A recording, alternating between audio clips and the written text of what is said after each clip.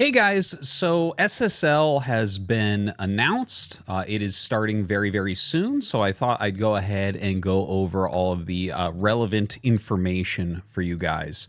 So, first up, as far as the players go, these are your players that are already qualified. So, of course, we have the seeds from last season that get into the top 16. So you won't see them in that first round, which is Rain, Snow, Sharp, and Sulky, an amazing 4 players. So great to see them. And they have also changed the way that the amateur lead-in tournament goes. They kind of reset it from the way that ACS was done before. Now it's called SCS, of course. I did go over that a little bit. You can see here Alone has qualified, but Alone is actually just true for people that remember him from like Jin Air or his time in StarCraft 2. Yeah, he's a very good Zerg player in very good shape, so it'll be fun to see him. And then we have the 2 qualifiers coming up, and these are going to be played on March 8th and 9th, respectively, and each of those are going to give us 12 players, I believe, or, well, it must be 12 and 11, because True is already qualified. It used to not be the case that you would auto-qualify from that tournament, but I think that's a great choice. Really makes the SCS a very worthwhile event for everyone. So those are your players playing. There has been a lot of questions. Will Flash play? The answer to that is no.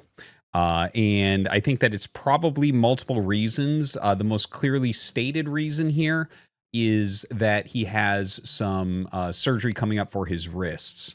Not only is Terran mentally unhealthy, but also physically unhealthy to play. So Flash will not be playing this season, but does have plans to play in the future. So hopefully he gets his wrist issues fixed up and gets himself into some great shape. And hopefully we can see him try to dethrone Sulky next season, but he will not be playing in this one. Okay, so as far as the qualifiers go that are coming up, this is always a big question. Will these get casted in English? And for the first time, I can say, yes, they will be. I spoke to Soup, and they are going to be sending me the VODs, the clean feed VODs, which have never been done before. So I will be casting those games for my Artosis Casts YouTube channel. Tasteless and I, of course, will be doing the main tournament together, which will be uploaded to the actual Soup channel, used to be known, of course, as a Freaka TV channel. But yeah, those qualifier games will get casted. Generally, it's like a few famous players playing matches and then mostly the finals of groups. So we'll see. It should be a lot of games, but I will be doing that. Okay, let's take a look at the finalized maps. Here is the list of maps that are going to be played in this season. I'm going to go over all of these. First, I'm going to start off. Well, first off, let's notice that we have 3 that are completely new, and then we have 4 that are older, 2 of which have updates, and these are the qualifier maps. So these are the maps that you're going to see played first, and those are the ones that I will be commentating for the qualifiers. So we're going to go over those real quick. There are some updates to both Deja Vu and Dominator that I'll go over, whereas Eclipse and Radeon are the old versions. So let's go ahead and jump into some of these maps. 1 second. So first up, we have Radeon. Let me X that off there. Okay. And here we go. Radeon, of course, a 4-player map. You have your main bases starting over in these locations. One of the interesting things about Radeon is that this is not a rotationally symmetric map, but it's symmetric like up and down or left and right, whatever you want to call it, which makes it so that it just plays a little bit differently. There's generally not as much of like positional advantage. Like the back of your base is not pointed towards one direction while you point towards the back of another base. Maps like this are generally very, very good. Radeon is probably one of the best 4-player maps that we've had in a really, really long time. It's interesting in the fact that you have, these 2 bases in the central area, and it can play out very differently when those 2 bases get taken. I think that, yeah, looking at it, it's like we've had Polypoid, we've had Vermeer, we've had a few others pop up that have been really popular as 4-player maps in modern years, but it seems like Radeon has kind of been the go-to as of late. Probably the most balanced map that we have at the moment. Yeah, it should just be a good one, but I'm sure you guys have seen enough of this one, so let's go ahead and move on to a different map here. Okay, so getting rid of Radeon, we can go over to Deja Vu. Deja Vu is a 12 base map, but it does have those central mineral nodes. So it's kind of like a 13 base map for 4 players, of course. And this has been updated a little bit from last season. So let me show you what they've updated. So the quadrants are basically the same, right? These little 3 base quadrants. There might be like a couple tiles moved. I haven't personally noticed them. The big change that you're going to see is in the central area. So the central area here has been opened up a little bit more, and they've reduced it from 8 patches to 6 patches in the center. Realistically, this only really affects Terran, and it's specifically Terran against Protoss. You don't really see this base taken in any other matchup. That's really the only time that you see central bases that are especially only minerals taken. So that could affect that matchup a little bit. The bigger part is buildable terrain. So as far as buildable terrain goes, let me show you where the buildable terrain is now, because it used to be basically the whole center was buildable other than the ramps, and now it looks like this. This area here is basically buildable, and all of this used to be buildable where you could make like some missile turrets to help your push go up or whatever. It is no longer buildable. So, like, let's say that you're Terran trying to push into the map. You can no longer put some turrets into areas like this to push up. So you basically go from turrets in this area, and then you could get turrets in this area. So it's a big, wide open area now where you cannot make any structures. So those are the big changes. It's basically all based on the center, going to be much harder for Terran to turtle those areas. And specifically, again, that really only affects Terran versus Protoss. I guess maybe Terran versus Terran a little bit, but in general, you're not going to really see Protoss buildings in those areas, or of course Zerg buildings, never in areas like that. So those are the changes to Deja Vu. Still a very, very good map. Taking a look, our last map for the qualifiers is going to be Dominator, and Dominator was actually changed in a slightly different way. Dominator is almost exactly the same. Of course, it's a 3-player map. And 3-player maps generally give us very, very nice and interesting games. My personal favorite as far as map size goes. Everything seems to be pretty much the same on Dominator, except for one thing, and this is a great improvement. So basically before these pizza slices, right? So all the pizza slices are buildable, except for the ones going up to the natural. Okay, that's what it has been in the older version of Dominator, right? So all those are buildable where you can put like missile turrets or whatever, but not here, not on those 3. Okay, so what's changed with that is they made them a little bit more buildable. Before, it was basically buildable to here. Okay, now they've made it so it's buildable up into here. And there's a very specific reason for that. A lot of strategies, and again, a lot of this comes into Terran versus Protoss specifically, because you kind of need a missile turret to base your push out on, or shuttles just kind of destroy you. So you can now put a missile turret into these areas. Before, your closest missile turret would be somewhere like, if you look in the bottom left here, you might have a missile turret here. And then you'd have this huge open area where you would have to try to rely maybe on Goliaths or something before you could get to another buildable terrain like there. Or, I mean, if you expand in this direction, like up there. So this was all very hard to hold before in this area. And now you can put a missile turret like here, and that's just going to kind of make it so that it is much easier to go ahead and expand. So I would say that's a very good change. They also changed one other thing here. Before, this base, this area specifically, and this area specifically, you could do a Zergling tight wall in where your Marine popped out on the inside. And that's like, that's a little bit too strong for Terran, to be honest. Like, when you have a Zergling tight wall and you can literally sit there on 1 to 2 Marines, and Zerg has no early game aggression that they can do against you. So they actually added some unbuildable tile paths.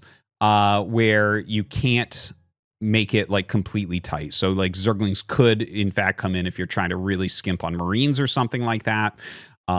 There is a way to wall these positions with a command center and 2 depots. So you might see some of that, and that's Zergling tight, but I don't think that there's any tight walling with the barracks anymore. Okay, so those are our 3 qualifier maps, basically the same. It's actually a really good choice as far as the qualifier maps go, in my opinion. It's just they're all pretty balanced. They're all pretty good, and we should see some good variety as far as the actual gameplay and the balance of them, like who's able to get through. The better players should be able to emerge. Let's look at the other map that will be in SSL that has not been changed, and that is Eclipse. I've been pretty vocal in the past about why Eclipse is bad, but I'll just go ahead and go over it. This kind of breaks my heart just a little bit, I do want to mention, because we had Minstrel in the last season, and I've tried to be pretty vocal about it. I think Minstrel is one of the best 2-player maps that we've ever seen. It's really interesting with the different paths that you have. Now, as far as Eclipse goes, right, it's a 2-player map, so you have this main and you have this main, okay, and it does have some cool things where it's like this is buildable here, this is buildable here, so it's a place where you can kind of set up defense or whatever it is that you want to do. You want to proxy something over there, that's cool, right? It's got a third base that's not too hard to get to for any race. And then it's got like very interesting bases. Like we've got these 2 high ground locations in the bottom right. We've got these unbuildable high ground ramps that kind of divide the map up a little bit with like a low ground no man's land type of situation there. We have reduced resources up in the top left for like a super expansion with 2 gases. And of course, we have these kind of like wide open 4th bases. So like the overall layout, you look at that, you're like, okay, there's a lot of good things here. The thing about Eclipse that kind of makes it a little bit weird and a little bit unforgiving is there's almost no changing lanes. So if we talk about this in a more like, I don't know, MOBA-esque fashion, okay, let's look at what the lanes are from your side of the map. So you have, this is the main lane. This is the second lane, basically. Then you have like these 2 lanes that are doable, but are much further apart. And the thing is, if you're going down a lane and your opponent's going down a lane, there is no way to switch. There's no way to cut them off. You simply have to turn around. So basically, really mobile armies can dominate pretty heavily on Eclipse, and that has caused some problems in the map in the past. So I'm kind of surprised to see Eclipse back. This is a map that just didn't go away for a long time, and it's back. So there you have it, Eclipse. We'll see how that one ends up going. Hopefully it doesn't give us really one-sided games like it has in the past sometimes. Okay, let's look at the 3 new maps that are out. We'll start with the maps that aren't crazy and end with the absolutely insane map. Let's start here with Polestar. I think Polestar is really, really solid. So it's a 4-player map. These are the bases. Okay. And some interesting things is we have on these, they're double egg ramps. So it's like a very thin ramp. So to put this in perspective, 2 workers will completely block the way up these ramps. And you can kill the eggs whenever you want to kind of open that up a little bit more. It's also got the eggs at the naturals to help make wall-ins easier in the early game, which you can again open up. I like that this is happening a lot right now, where we're getting a ton of eggs around the map that allow you to actually open it up and get a bit more movement a little bit later on. But let's take a look. We'll just go to, let's say, the top left here to show you how this map kind of flows. So you have your main base.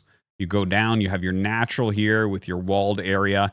From here, you actually have a good amount of buildable terrain in the center, and then you get to decide which way you want to go as far as expansions go. You have these big ramps and one little tiny ramp there. So you could go up here as your 3rd base. And if you do, obviously, this is like a very tight choke, so kind of hard to attack into. But also, this is a location that you could take as a 3rd base if you wanted to go in this direction instead. And as you can see, if you look at the center of the map, we actually have these big terrain blockers. So this is kind of an interesting thing, right? And then you have these things that are kind of terrain blockers. You can walk like under the middle of these things, but they do block like a little tiny bit. And then in the center, we have like a few mineral patches and things like that. The mineral patches have almost nothing on them, so it's more of aesthetic value, possibly something you could use for drilling during a rush or something like that. Like if you have, you know, if you have something that has vision there, sometimes stuff like that can occur. And obviously it like blocks terrain a little bit. So this can be choked up just a little bit. This does have a lot of bases, by the way. If we look at a quadrant, right? The quadrant, like, I mean, you could cut it however you want, but this would generally be the quadrant of 4 bases, which makes this, of course, a 16 base map, which is, you know, that's kind of the higher end. Like 16 bases is generally the most we ever get on a map. But when you have something like that, it's like, okay, you get really big games here compared to a map like Deja Vu, where you're much more likely to run lower on resources. This is a map that's going to be bigger as far as macro games go. It's really interesting as far as terrain changes, because there are these giant ramps and there's a lot of different paths that you can go, right? So like, look at all these different paths that you could go to get to different locations. I think it's a well-designed map. You know, it's just, there's so many different ways to walk around it. There's so many different choices as far as expansions. I've definitely found, you know, these maps are all on the ladder at this point. So I've definitely found that in different games, you might want to expand in different directions. And I feel like stuff like that just makes the game much more interesting. So Polestar definitely looks like it's going to be a fun map this season. I definitely expect to see a lot of really good, high quality games here with the different terrains and the different expansion choices that you have. Okay, so that's Polestar. Let's take a look at Metropolis. This is Metropolis, 4-player map. So let's take a look. This map is getting a little bit crazy. Okay, those are your 4 starting bases. Let me show you what a main base looks like here. So we'll look at the top right. So normally you'd look at a main base and you'd be like, oh, okay. Like that's a good main base. Wait a minute here. Wait a minute here. This is your main. That's the ramp right there. Okay. That's insane. This base is so big. So it's basically like, okay, like if we cut it here, that is actually not a big enough main base, just to be clear. Okay, so when you think about what you need as far as a main base size, basically you need someone to be able to max out and macro in a main base. And with, for instance, with like Protoss or Zerg, with Zerg, obviously this isn't a problem. They use overlords and hatcheries. It's just you don't need that much room. Protoss pylons are not that big. It's really the Terran supply depots that kind of dictate how big a main base has to be. So like, let's say you want to max out and macro in this base, you're going to have to use a bunch of this area for depots, which kind of spreads you out a bit. Obviously, as you can see, like, let's say you wanted to turtle up a base, very difficult to do. So like later game, we could see Zergs dropping Protoss. Obviously, early through late game, we can see Protoss dropping Terran on these maps. Terran versus Terran, obviously you could get a lot of drops off there. Terran versus Zerg, like how do you cover all these areas with Scourge? That's going to be really difficult. You know, it's just the main bases are absolutely gigantic. So that's kind of like a weird, it's, you know, we're on a weird map here, but it's not a crazy map like the last map that I'm going to show you. Okay, let's look at the other parts of this map. We'll jump over the top left here. So you have this mineral patch here. And that's got 16 minerals in it. So that's 2 mining rounds. So this makes your ramp small once again, but an easy way that you can clear that out whenever you want. It's very quick to clear out 16 minerals as opposed to like eggs on the ramp. So I really like that variety in a way. You've got your natural base. It's kind of interesting. The natural base has a big empty area behind it that is buildable. So you could put defenses back there if you want. It's another place you could stick, you know, a tech building or supply depots, anything like that. So that's kind of interesting. When you look at where the third is, you kind of come down this little corridor, and it is buildable in this general area. So you can kind of make like a focal point. Looking at these third bases that you can go up into, It looks like this is actually like a dated picture from Liquipedia, but there are mineral patches on these ramps, same as the main ramp there as well. Now, one of the more interesting things about this map, because it is a 12 base map, I guess, but not exactly, because you have the center. And the center is real. These are stacked mineral patches. I believe there's 6 in each stack, but this is stacked like fastest map. So you can build a command center or a nexus or a hatcher or whatever here, and you're going to mine like really quickly, really efficiently on these patches. But obviously it's like in the middle of the map, so it's a little bit harder to take. There is a gas there as well. It's just a single geyser. And there are these kind of like blocking structures here. So it is possible to maybe set something up in this area and take that base in certain matchups. But that's like a really interesting thing to see added in, because it's not like something you're going to see taken every game, but it absolutely could be taken in games in SSL. I've definitely had games where that base has been mined a bit. And other than that, nothing too big. You know, the double ramped thirds are cool. The length of this little hallway that you go out onto the map is kind of neat. A pretty well-made map overall. The real difficulties are going to be with defending your main base. So definitely a map that's going to favor harassment pretty heavily. And you're going to have to be really, really mobile about it. A lot of probably tempo-oriented games here where if you start to lose control, whoever has the big mobile kind of dropping army is going to start to dominate there. Okay, and now time for the crazy map. This map is called Death Valley. It's a 2-player map. Okay, so you got this base and you got this base. Now you have, this is actually, I believe, an older picture of it. Let me check just real quick. Okay, sorry about that. I went and checked into it. This actually is the most recent version. My memory was a little bit faulty. To be fair, I did not play this map very much.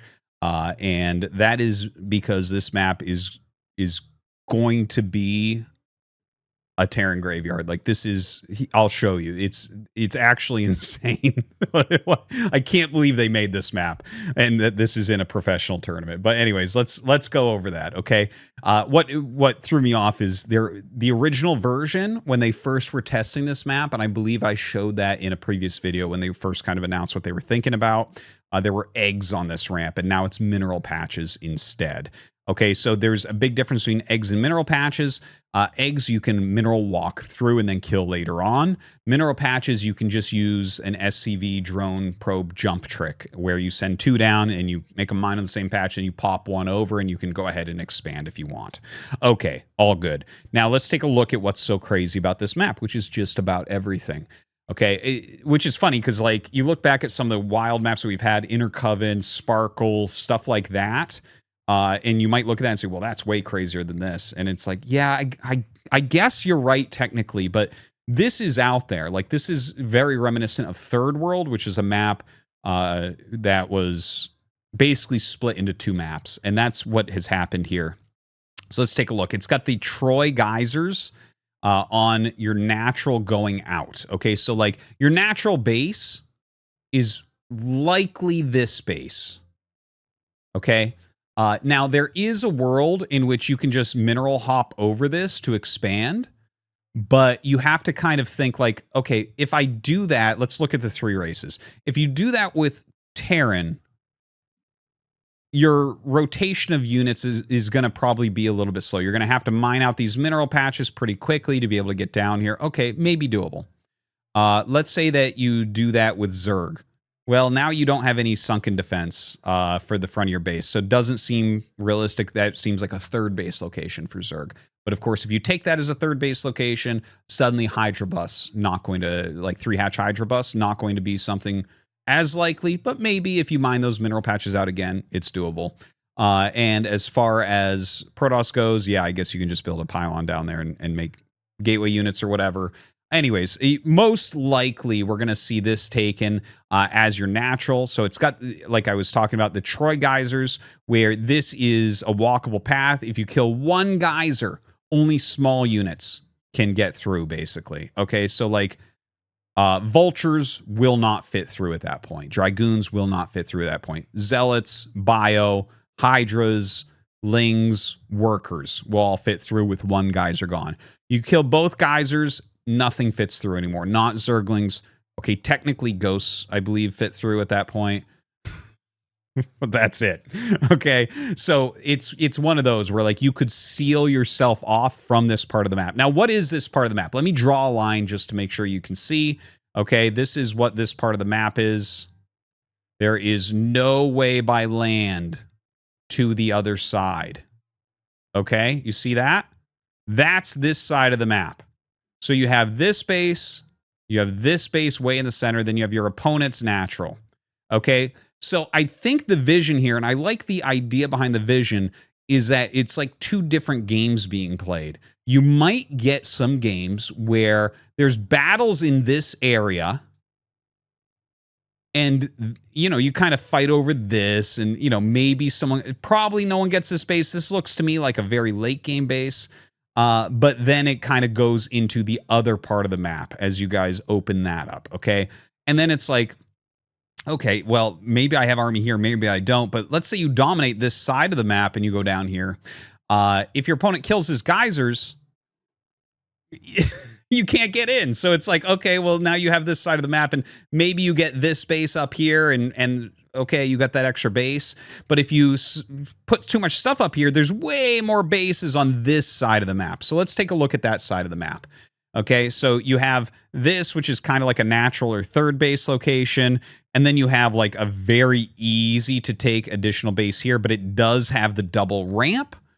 So that is very close, but you do have the double ramp, so that could be two different attack paths that could come in. And then you have this that's kind of more wide open. So then you have this area up on the high ground. It has 3 ramps going down. And so obviously, like, holding this position is going to be able to kind of send units all around the map very, very quickly. Down in the bottom left, you do have 2 kind of wide open bases. These actually, especially with this little bridge here, this gives me some nostalgia from, like, I don't know, like Martian Cross or something from way, way back, like 2004 WCG type stuff. So it's a very, very weird map. And the big problem is not being able to switch sides at all. So, right, what I was talking about with Eclipse, switching lanes, literally impossible here. Almost impossible on Eclipse. But the fact that you have to go, like, let's say you want to actually move your army. Let's say that you were fighting over here, and then you're like, uh-oh, I have to move my army down here. Okay, that is a big path. Okay, like, you can imagine with very fast units. Okay, think about this.